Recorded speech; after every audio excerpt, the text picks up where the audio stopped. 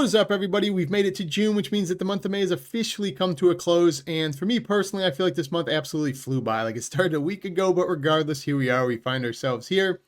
And contrary to the month of April, I thought the month of April was incredibly strong with movies. I thought May was very, very weak when it came to movies, at least the ones I got around to seeing. But in this video, regardless, I'm going to rank them from least favorite to favorite in that order. As always, this is just my opinion. It's not objective. It's a subjective opinion. The movies I enjoyed the most, least, all of that. So take it with a grain of salt. Let me know in the comments down below what your favorite movies are, how my list relates to yours. But regardless, let's get into it. And I need to preface that all of numbers 7 through 4 are kind of interchangeable. I juggled them around a little bit. I didn't really enjoy any of them. You could kind of on any given day probably have me mix them around. So they're all pretty damn close, but I'm going to get into it starting with number 7. And coming in at dead last, number 7, the worst movie of the month, in my opinion. And this will be no surprise to anybody who follows my channel. That's The Strangers Chapter 1. I mean, what an absolute pile of shit this thing was. Because this movie was such a train wreck, it's the most popular video on my channel because it's just people were flooding in, letting me know how bad this movie was. I don't know anybody who liked this movie. It was such dog water. I mean, I don't know how you could like it. It has no redeeming qualities. To me, this was just the textbook definition of a soulless Hollywood remake that did not need to exist. It added nothing to the franchise. It offered nothing. There was no scares that were unique. It was a scene for scene remake, just done typically worse. No good acting. The writing was like piss poor. I mean, this is a movie that's probably one of the most forgettable, shitty movies I've seen. They show the killers way too much in this movie. You get to see one of the most disgusting eating scenes ever put on film, in my opinion, when the guy's eating the burger. That was absolutely disgusting. Probably the most horrible thing in this movie to watch, to be honest.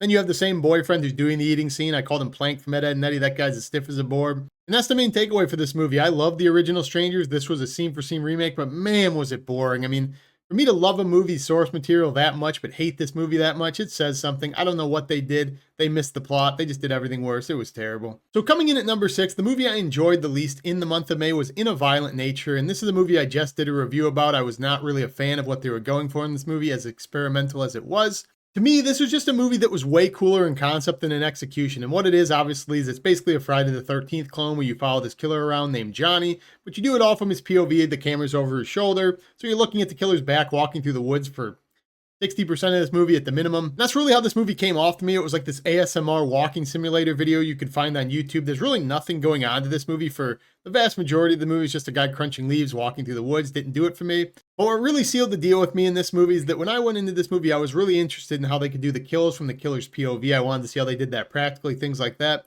There is one kill in particular, as I mentioned in my review, the yoga kill. Absolutely phenomenal, all-time great. But for all the other ones, I thought they were completely underwhelming and devoid of fun because there's no tension in this movie. There's no score in this movie. So it just feels like work watching the guy butcher people in the third person.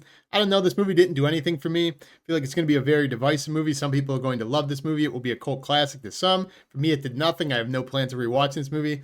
It's objectively better than the next movie or two on this list, possibly, in the way it's filmed, shot, things like that, the creativity. But it did nothing for me, and it's probably the least rewatchable movie on this list, even worse than The Strangers. Because as bad as The Strangers is, I could see throwing that on with a relative or a friend and just shitting all over it and laughing while I drink a couple beers. Can't ever see rewatching In a Violent Nature.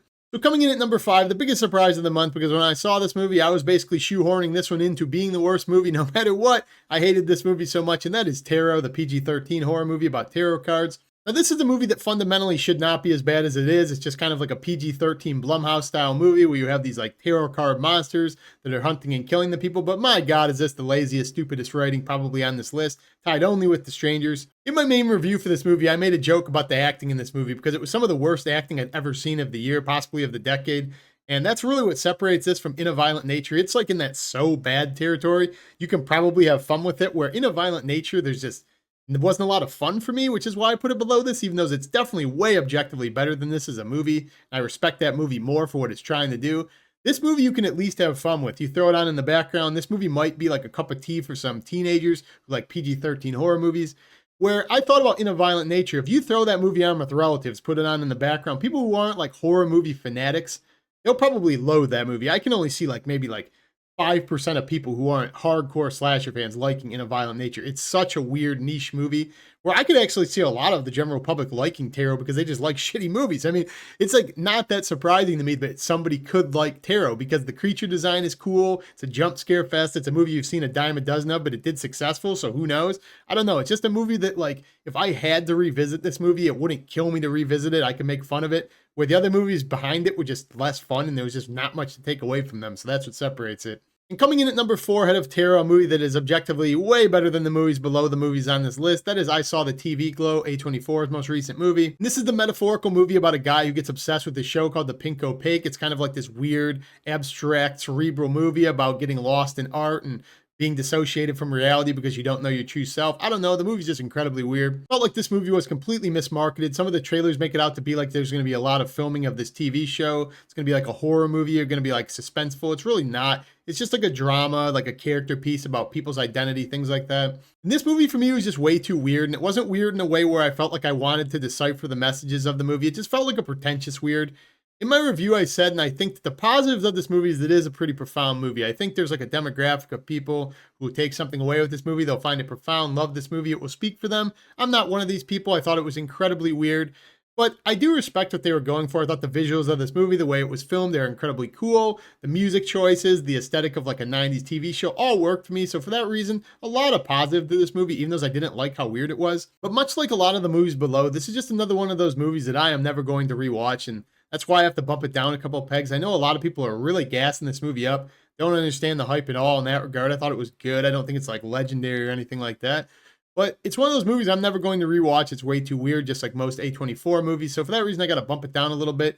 I'd almost argue that Tarot is more rewatchable, again, because you can just shit all over Tarot, have fun with it. With this movie, you got to be locked in. I mean, this is like a mental metaphor journey where you're going to be confused as shit at the end of it. So I don't know. It didn't really do it for me, but it's subjectively too good to push down below those other ones. And getting to the top 3, I did really like all 3 of these movies. I like these movies significantly more than the bottom 4 I already went through. All these movies are a lot closer in terms of like what I liked about them. They're all just very different movies. But coming in at number 3 is Furiosa, the latest movie in the Mad Max universe. And I took some issues with this movie. I did like this movie, generally speaking, for what it was trying to do, but I had some glaring issues with this movie. A lot of people, I feel like, criminally overrated this movie. I think this movie is a good movie. Don't get me wrong. I do like this movie, but this is a movie I thought had a lot more flaws than people are letting on to. People are saying this movie was better than Fury Road. I do not agree with that at all. I thought Fury Road was about twice the movie this movie was in terms of rewatchable. When I think about Mad Max movies, I'm not going to rewatch Furiosa. I'm going to rewatch Fury Road. But regardless, I thought Furiosa was strong in its own in a lot of elements. I thought Chris Hemsworth was absolutely great in this movie as Dementus. He's having a blast. That guy's killing it. I mean, that guy basically saved this movie for me. He's having so much fun on screen. It really disappointed me that you don't even see Anya Taylor-Joy for at least the first half of this movie, which is kind of just a letdown because I wanted to see her and Chris Hemsworth bounce off of each other. They just don't do that. And what really knocked this movie down a couple pegs for me was the pacing of this movie. It's about 2.5 hours long. I got a little bit bored during the middle of this movie. I know I'm maybe in the minority of that, but I felt the runtime entirely. I feel like the pacing was off. And the CGI, in my opinion, was just absolutely terrible in this movie. It looked like a B horror movie to me. Whenever they have like the road wars going on, they have big explosions. It just felt incredibly corny. Like it looked out of place because I watch Mad Max movies for the practical effects. I'm not fanatical about that franchise, but what I really liked about Fury Road, it was all practical. It looked super real and cool. This movie, in my opinion, took me directly out of it. As much as I liked the movie, I liked the premise, the story, the CGI, and the pacing was just too bad. Had to knock it down a peg. Doesn't mean I didn't like it. It was a good movie. But anyways, the biggest surprise of the month to me, coming in at number 2, my second favorite movie of the month. And it's a surprise to me because I didn't even know this movie existed 48 hours ago until I went and saw it on a whim randomly. I had nothing better to do. And that is called Deer Camp 86. It's a horror comedy, very, very low budget movie. It's a festival film made up in up north Michigan. And I made sure to highlight my review for this movie, the main theme to it being I had a blast and a lot of fun watching this movie. It's a very stupid, like lowbrow stoner comedy. Very similar in tone to like Broken Lizard's Club Dread, if you've ever seen that. It's a horror comedy slasher, but it follows these 6 guys who go up north hunting during deer hunting season on Native American lands in up north Michigan. And it's just like a really stupid, lowbrow, fun movie about these guys going hunting, getting killed by someone or something in the forest who's pissed off that they're disturbing Native American lands during hunting season. In my review, I pointed out that this movie had more like imagination, creativity, fun than all of the other movies, in my opinion, on this list combined that were horror movies. And that was a big thing to me because I saw so many soulless, like remakes, stupid cash grab horror movies this month. This movie was just a blast to watch. I thought it was original. The killer design was great. Practical effects, special effects, great. Just goes to show you that you don't need to have like hundreds of millions of dollars to have an original idea in a watchable movie.